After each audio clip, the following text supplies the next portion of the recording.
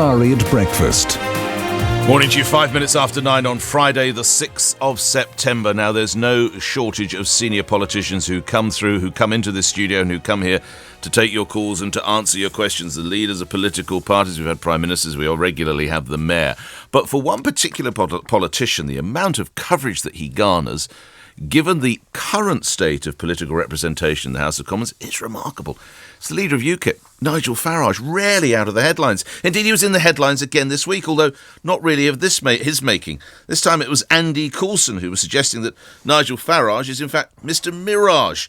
He was also calling for a YouTube video of the less pleasant and stranger utterances from Mr. Farage. We might get on that in just a second, but he's here to take your calls, answer your questions. Leader of UKIP, Nigel Farage. Welcome to the studio. Nigel, thank you for coming in. Thank you for inviting me. Thank you. Before we necessarily reflect on what Andy Coulson has been saying about you, one story that's not out of the headlines is Syria. We haven't heard a lot from you yet about that. Where do you think we are? What do you take from G20? What is the way forward? Well, last week I unveiled a poster truck outside the Palace of Westminster with a very simple headline: UKIP says no to war in Syria. Our view is that this country is getting involved in an endless series of foreign wars that are not directly in our national interest at a huge cost, not just financially, but the thousands of people that have been severely injured, dead, and the British public have had enough. And I'm not a pacifist. I believed in retaking the Falklands. I believed in stopping Saddam after Kuwait. But I questioned, since Afghanistan, every single thing we've done, including Libya. So our view was out there, and it was very clear. And I think that quite a few of those rebels last week were people in constituencies where they're really fearful of the UKIP vote. You know, they know that we've carried opinion on Europe and immigration. And I think for many of them, this was the final straw. And I think what UKIP's done, what the local election results on May the 2nd have done, is it's changed the political dimension in this country, and the backbenchers in the Labour and Conservative parties will no longer go along with the three-line whip. They will break it. And what it means is we're in for a period, I think, of real change.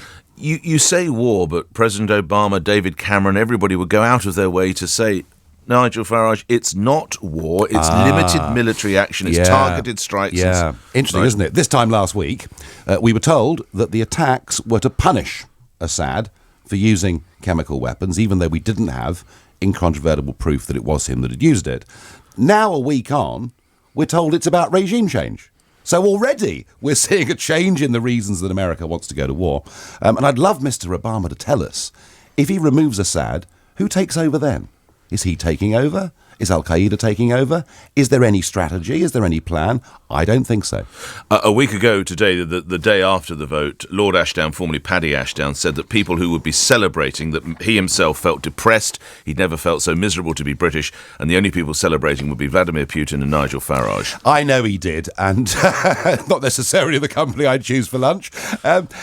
Paddy is part of that consensus that's existed for the last 15 years in British politics, where the three-party leaders agree on virtually everything. Paddy, I'm sorry, it's changed. The British public do not want to go and get involved in a series of endless wars, and I thought what happened last Thursday was a great victory for democracy. And not just in this country, but a message it sent out to the world that people can change things. You're not just being different to be difficult, to be deliberate. You genuinely don't agree with what the other three... We openly, clearly as a party, oppose the Iraq war. We oppose the bombing of Libya, and we believe that is now more unstable than it was when Gaddafi, however bad he might have been, was there. And we were the first party over a year ago on Question Time to say we can see the West building up for military strikes on Syria, and we want nothing to do with it. So what would the UKIP policy be now? With Syria? Yeah, and with Obama banging on the door asking for help. Well, it's funny, isn't it? If you go back a few years, when Harold Wilson was Prime Minister, Lyndon Johnson came swaggering into Downing Street and said, Mr. Wilson, because of the special relationship, you must send troops to fight with us in Vietnam. And Harold Wilson said no. And thank goodness Harold Wilson said no. The point about a special relationship is you don't, when they say jump, ask how high. Your calls to Nigel Farage in just a moment. One last question. You say that all our senior three politicians all get on, Nigel, but I don't know if you're aware that a very close aide to David Cameron in the aftermath of that vote branded Ed Miliband, an effing C word and a copper-bottomed S. Do you think he was onto something there? Well, in the heat of parliamentary debate, these things do happen. What's your take on Mr. Miliband, Well, then? he clearly doesn't really have a thought of his own at all. And on the Monday of last week, he was all for supporting limited military action. Then he realised that the country didn't want it and that many of his own backbenchers didn't want it, and they'd been dragooned into supporting the Iraq war. And so he changed his mind and went for this sort of equivocal halfway house. And that's the Miliband problem. You know, who is Ed Miliband and what is the Labour Party? Is it a party that stands up still for working class interests? I don't think so. It appears to be a party run by a very narrow metropolitan elite. Let's take some calls. You've got your headphones on. We're good to go. Ed's in Hounslow. You're through to Nigel Farage. Go ahead, Ed. Good morning, Nick, and good morning, Nigel. Good morning.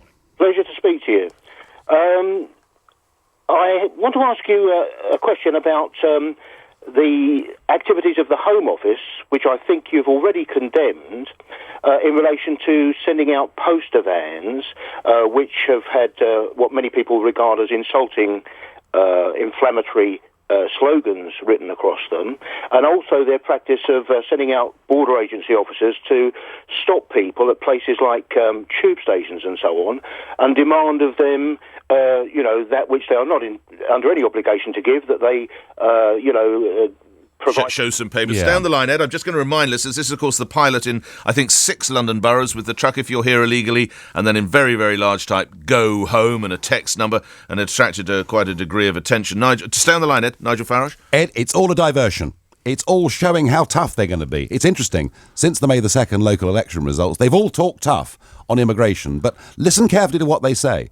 They're being tough on non-EU immigration because they know that on the 1st of January next year, the doors are opening to the whole of Bulgaria and Romania, and they want to show the world before that happens how tough they are. How many are coming? How many Bulgarians and Romanians, Nigel Farage, do you think are on their way? Well, when we opened up the doors to Poland and Lithuania and 6 other Eastern European countries, David Blunkett, the Home Secretary, told us there'd be an extra 13,000 a year, and 800,000 came in the first 2 years. If you look at Romania and Bulgaria, they are poorer than Poland and Latvia and Lithuania. I've been to both of those countries. Frankly, I've been shocked at the conditions that the Roma community live in. In what way shocked, Nigel? Oh, I mean, I went to the big Roma camp outside Sofia. I mean, there are 70,000 Roma families, Roma people living there, no proper sanitation, no work. I mean, the whole thing was truly shocking. I mean, living like animals. Right. You know, really shocking and discriminated against. They find it virtually impossible to get work even if they want to go out and get it. And you sense they'll head to Britain? Well, what would you do? I mean, if an opportunity came up where you could come to a country that was a civilised country with a decent health service that would provide you with housing, give you a chance of... I mean, what would you do? I mean, come on. You know, and I'm not. None of this, I want to make this absolutely clear, that we in UKIP are not against anybody from any other part of the world or any religion or any race, but it's about time we started putting the interests of British people first. We've got 1 million youngsters in this country unemployed. We've got skilled men and women who've seen their wages driven down, and we now have, and no one dares talk about this, but in London we now have a Romanian crime wave epidemic which can only get worse. So the poster trucks and the poster vans are designed to divert your attention, and frankly, driving vans around saying we're coming to get you struck me as being a very un-British way of approaching it. You say that UKIP is not against people coming here. I refer you to some of the former members of the party, councillors who've sent offensive material about Muslims on Facebook, another candidate who I think supported an extreme racist group, another candidate who had problems with homosexuality. Well, you've got quite a broad coalition, haven't you? Well, that's the same for every party, isn't it? I mean, unlike Labour, Lib Dem and Conservative, I put a rule in place that anybody who's a former member of the BNP may not even join our party as a member. So we don't want anybody like that involved with us. The fact that 1 or 2 people join UKIP and say silly things is hardly a surprise. In some cases, I've no doubt it's orchestrated. But compare us to the Labour Party, who've got people who were elected as BNP councillors who've now defected to them. A quick response, Ed, from what you've heard. Well, I'm pleased to hear Nigel say the things that he has just said. One thing I'd like to highlight, because where I'm actually speaking from here in Hounslow, there's been a particular issue. A local solicitor here, a lady by the name of Transit Hang on. Well, what do you get now that you've named it? What do you it's in relation to what I've spoken to you about. On the 22nd of last month, she made a complaint to Hounslow Police, having perceived herself to be the victim of a hate crime in view of having been subjected to having to the indignity of having to see these graffiti-like slogans plastered across these vans, which she perceives as being aimed at people like herself. And I'd like to highlight the fact that I think what the government is doing is trying to put in the minds of the public the fact that having a concern about immigration is one and the same thing as being in support of racism, which of course it is not. All right, Ed, I will leave it there. Thank you very much indeed. Let's get other matters, though. Stan's in Mayfair. You're through to Nigel Farage. Go ahead, Stan. Hello, boys. How you doing, all right? Yeah, quite. Go ahead. An interesting set of figures come out recently was that it's not just European claimants, which is 139,000 a year. We've got claimants of 102,000 from Africa and 132,000 claimants from Asia and Middle East, which basically means that 1 in 14 people are claiming benefits in this country. Now, when people were speaking to Nick earlier from Spain, English people are going to Spain and they're not allowed to claim a penny, whether it be on the National Health or Job Seekers Allowance. Now, we're being told, as mugs in England, all the time, that everywhere in Europe where it's a level playing field and people do the same thing. Why can't we take a leaf out of the Spanish book, or even turn around and say to someone, if they come from Romania and you want to claim something in your country, if you get zilch in your country, you get zilch here. If you get £6 a week in your country, you'll get £6 here. Let's put that to Nigel Farage. Because I believe if you join a club, you should abide by the rules. I mean, that is the British way of doing things. That is the Anglo-Saxon custom with law. So I don't advocate being members of the European Union and ignoring all the rules. I advocate not being a member of the European Union and treating people from Bulgaria and Romania no differently to people from any other part of the world. Let's have an immigration policy that is based on people coming here who've got skills to bring us, who haven't got criminal records or life-threatening diseases. Let's have an immigration policy like the Australians and we'd all be a lot happier. Thanks for that, Stan. Just coming back to what you were saying about G20, it's reported that Vladimir Putin suggests Britain is a small island no one pays attention to. I'm surprised that he said that. I mean, they are now denying that he said it, but I'm surprised that he said that. I would say this. You know, Paddy Ashdown, who you mentioned earlier, said last week that because we're not going to bomb Syria, that we've lost our international standing. Well, if we're judged only on whether we bomb people, I'm delighted we should lose our international standing. There's hard power and there's soft power. And I want us to be a country that pushes soft power, and we can do it. Why? We speak English. It's the lingua franca of the world. We have a Commonwealth that's got 2 billion people in it. And you know, the interesting thing is, the more people trade and do business with each other, the less likely they are to fight each other. And I want an independent United Kingdom to take back the ability to make trade deals, which we've surrendered, of course, to the European Union. And we can genuinely help the poor by taking tariffs off their agricultural products, by spreading the concept of free trade, beginning perhaps with the Commonwealth countries. I believe we can do a lot more good in the world than just by believing we have to go around bombing people. And it doesn't bother you that we are no longer part of private conversations with Obama and France is, and it's the Military Strategic Planning Centre in Florida. French generals can sit down with US generals and British generals cannot. Well, you've got to hand it to John Kerry, haven't you? What a fantastic quote. France, our oldest ally. I mean, I think that for me is the quote of the week. Look, no one talks about NATO here. NATO still exists, and we are very much at the top table of NATO. We have just decided, our Parliament has decided, not our leaders, but our Parliament has decided we're not going to take military action in Syria at the moment.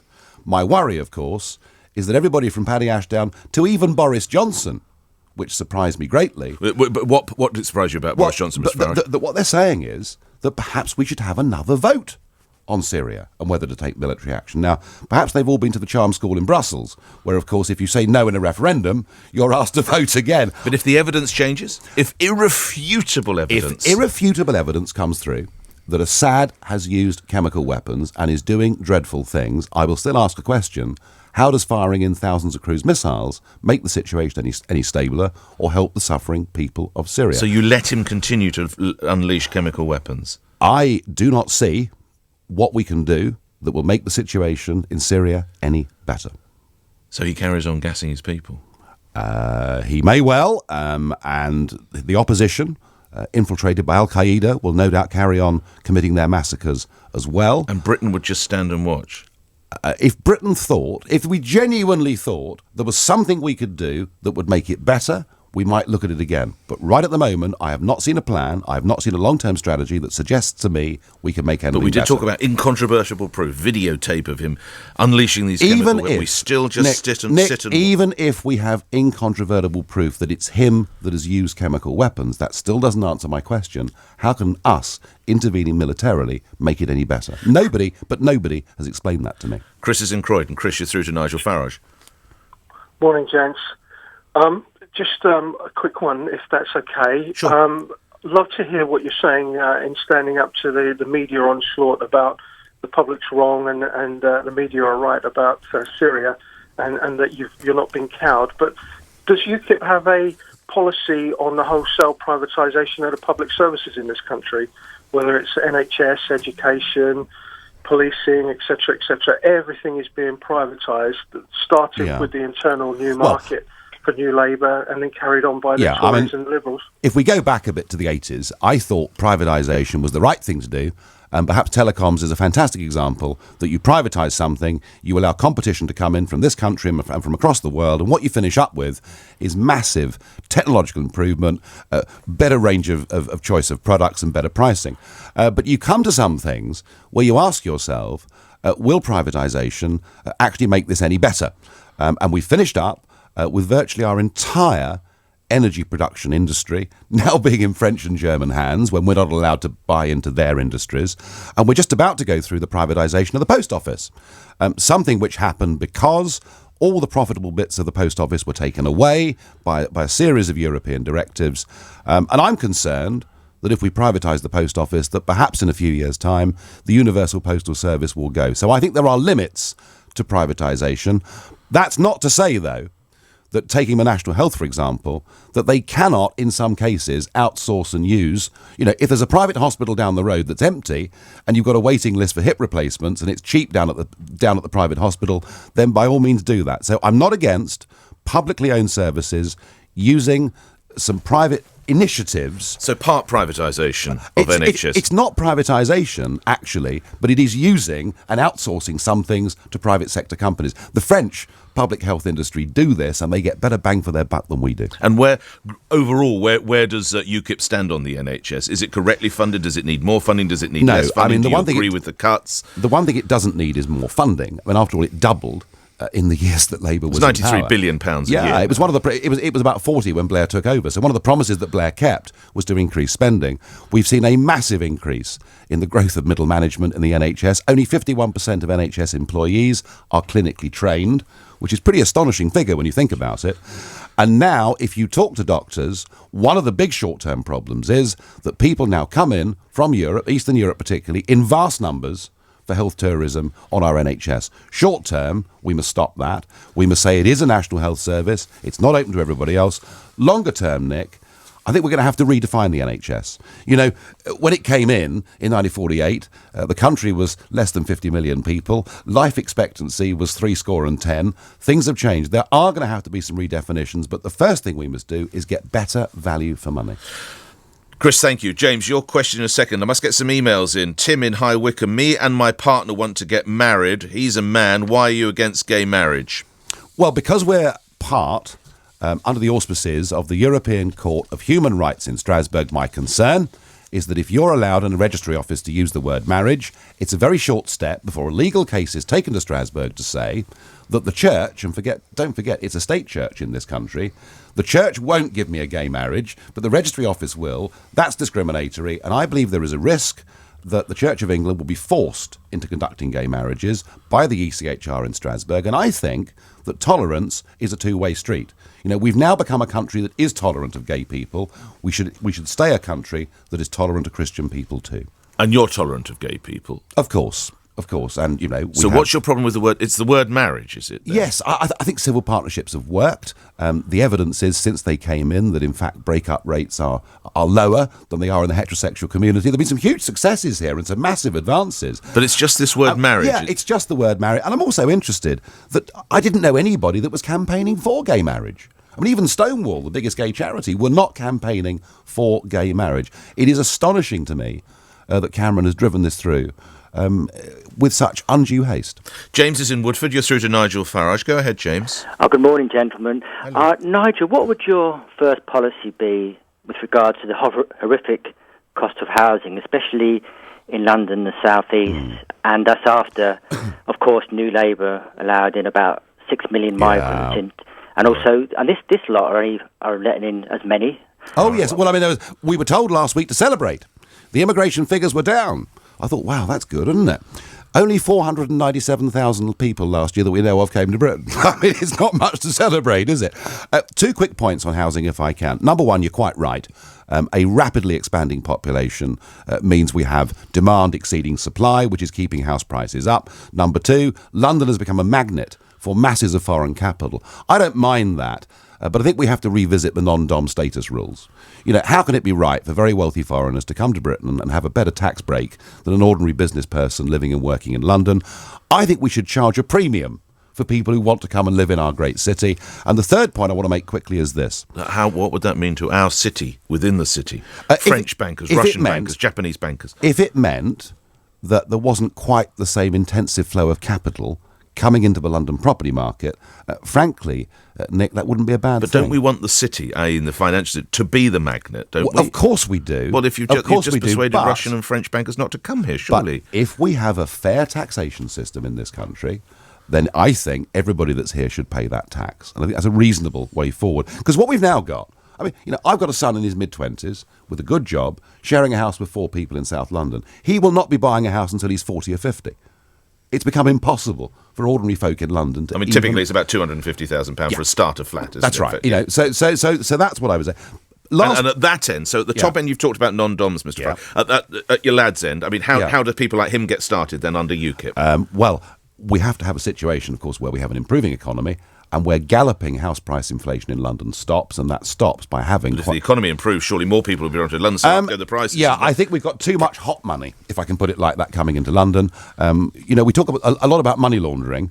What we don't talk about is the last great haven of money laundering, which of course is coming in and buying property. And one last quick point: when you travel in London, not so much, but around the country, you see big city shopping centres that are boarded up, or they're pound shops or charity shops, and upstairs the flats are all empty. There are 750,000 vacant properties in our city centres. We've got to rethink city centres. Their future is not going to be retail because of the growth of out-of-town stores and because, of course, of online shopping. And I think we need to redevelop many of our city centres to make them places people can live.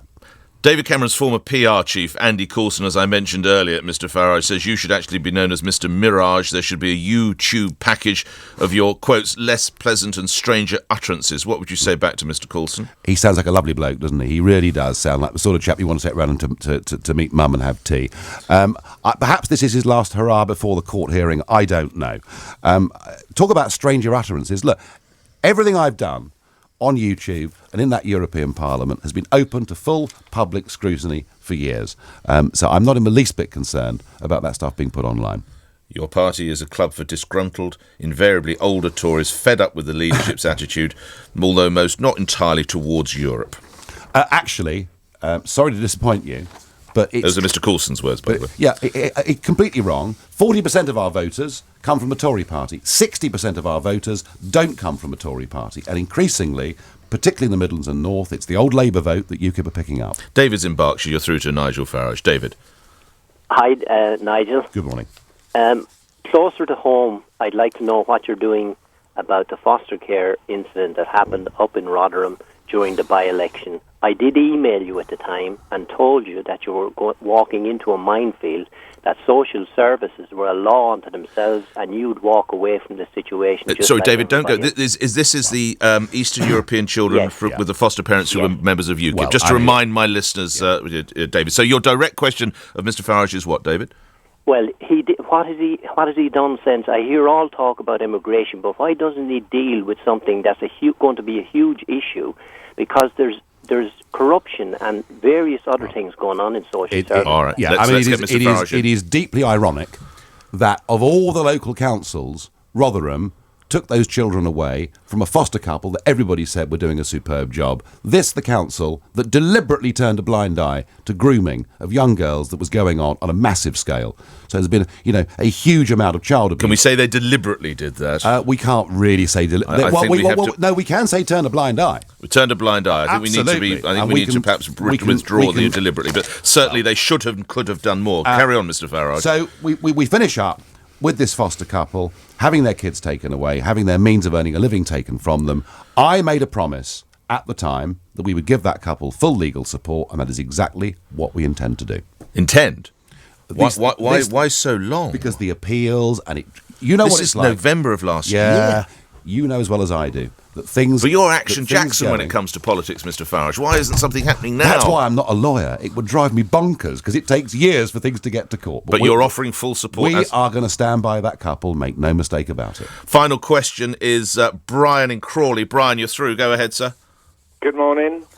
Good morning, Nigel. I'd like to know what your take is on the local energy in terms of fracking. Fracking. We finish with fracking. Right. Nigel Farage.